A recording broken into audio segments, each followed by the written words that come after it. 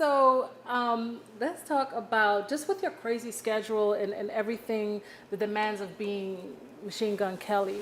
What centers you? Do you have one thing? I mean, you know what? Having my daughter on the road this week is extremely eye-opening and really cool. Nice. But you know, this lifestyle doesn't really like, if you're really living this lifestyle, I mean, just engulfed in it the way that I'm engulfed in it, Yeah. there is no center, man. There's no center, dude. You're just floating and you're just like praying to God that you land on your feet when you do fall. Wow. What do you care about? I care about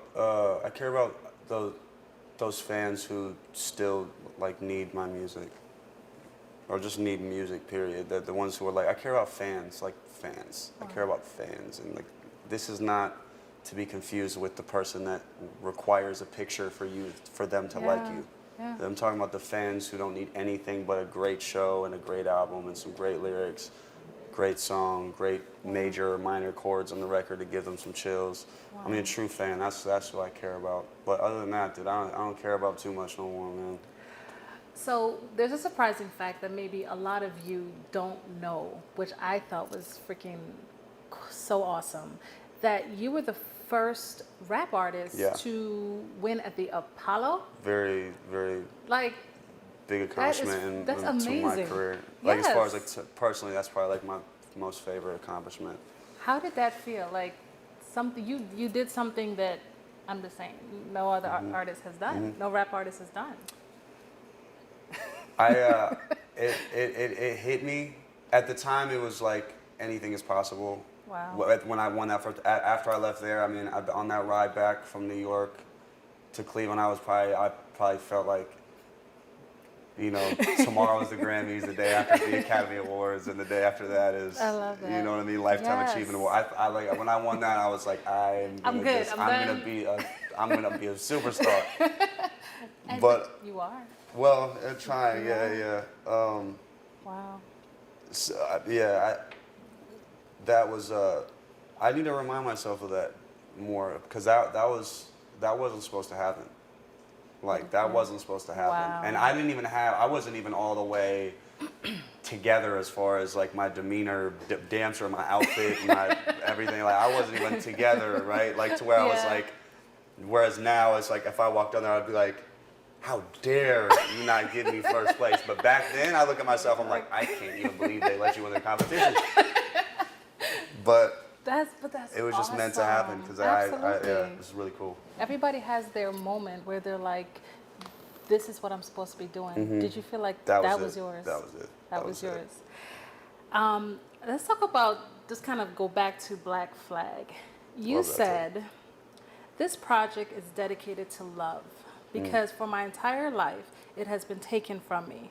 Granted, when it was given, I pushed it right back. I couldn't handle it. This was until I experienced the loss of love for what I love doing most, music.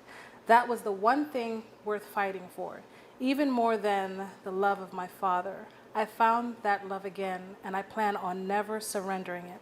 Find what you love and fight. Yeah, that's like... Do you still feel that way?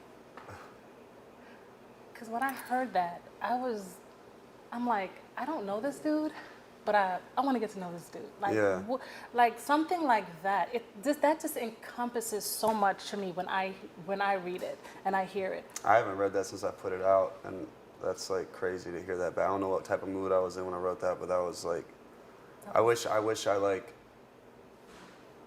maybe I need to wake up to that every day because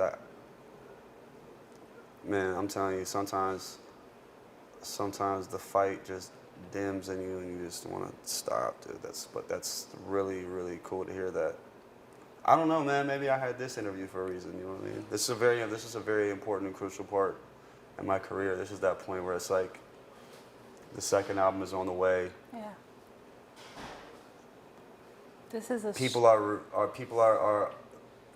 paying attention this time, and people are waiting for either a big success or a big fail. And you know, rather than approaching it with some inconfidence and some doubts like anyone would, like I need to go back to how I was with the Apollo or when I wrote that letter and just be like, you know what, this is a fight that I'm gonna win.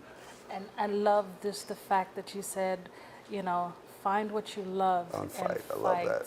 Like and I was just like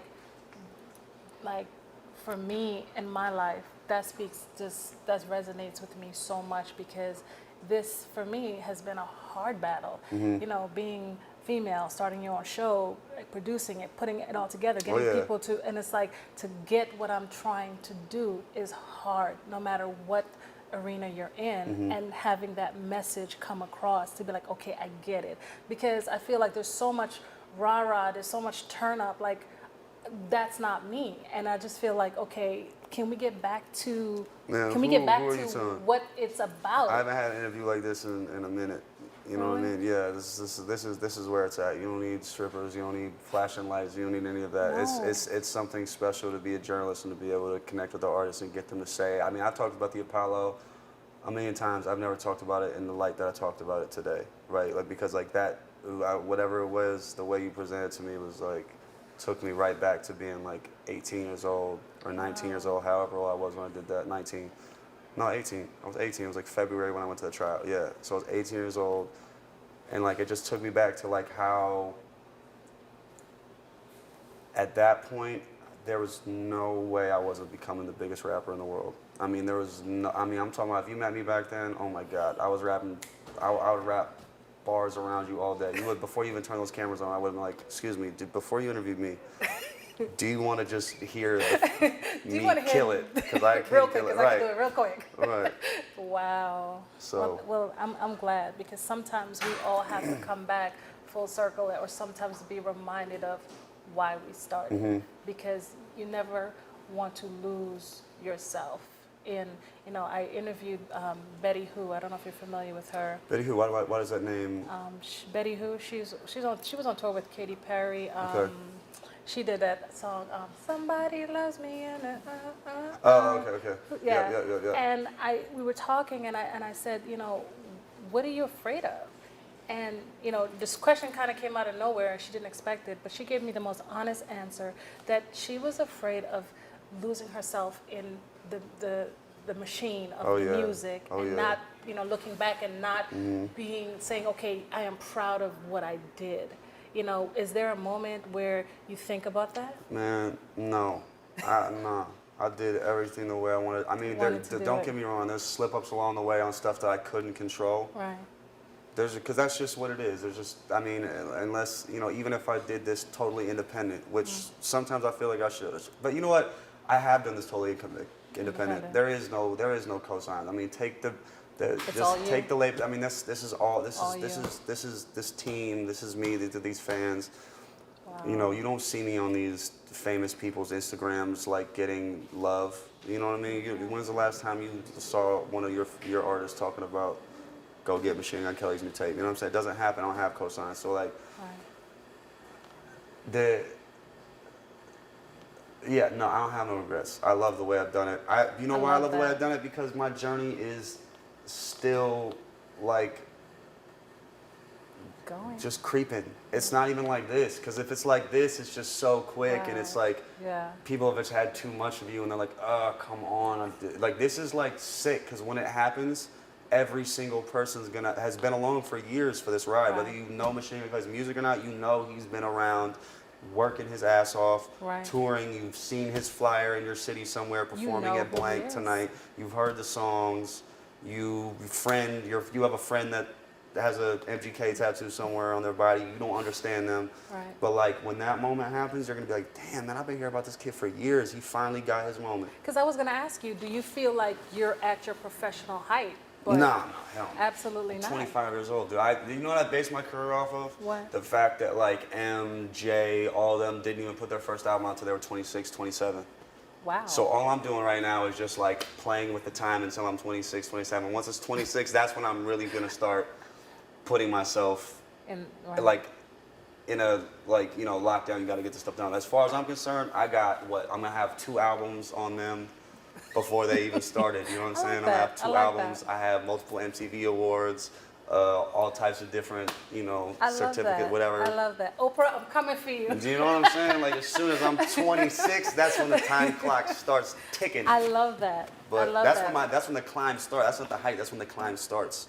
When you put general admission together and you were kind of putting the songs together and deciding what goes where, was this an easy process for you, or did you kind of have any hiccups in between?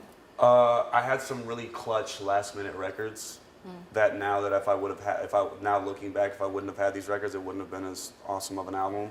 I had no hiccups organizing this album. It was, like I said, it was a journal. It was just journal entries. Wow. It was literally just journal entries. I mean, if you read the lyrics, it would look like journal entries. It doesn't look like some like repetitive, annoying songs. It looks like I'm reading.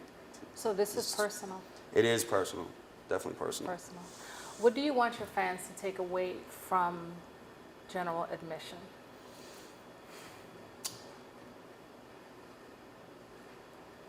Take a voice away. Take a voice away, man. Find, you know what I mean? Like, my story is not the craziest story, and it's also not the most politically correct story. It's perfectly right in the middle for every regular person out there to find a piece of that they can relate to and find this voice in the record. Yeah, so I'd say find a voice in this album and apply it. You know what I mean? If you need it to get you out of a depression, use that. If you need it to have fun and listen to Till I Die and be proud and represent your city or where you're from or your hood or your squad, whatever, that's a record for you. You know what I mean? Right. If you, I have a track on there with Kid Rock it makes you want to hop in your car and take a road trip. Wow. To wherever, but you know what I mean? Like, you can play it 60 times and get to your destination like 2 hours early, guaranteed. I love this. Thank you so much. This was definitely, this is more of a session for me than Good, for you. that's amazing. It was for me too. I'm taking a lot of stuff away from this show. So thank you so much. Thank you. And just real quickly, just please tell everyone where we can find your music when everything is coming out. Just give us everything. Till DC, you make sure you check him out. DC General Admission album will be in stores and online this fall, late September, early October is what they're telling me now. A couple of the songs from the album are already on iTunes, and other than that, man, just catch me when I come through your city next time. The show is something that you've never seen before. And other than that, thank y'all for your time. Thank you so much for our little therapy session. I know. Thank you so much. This is Donna Jones.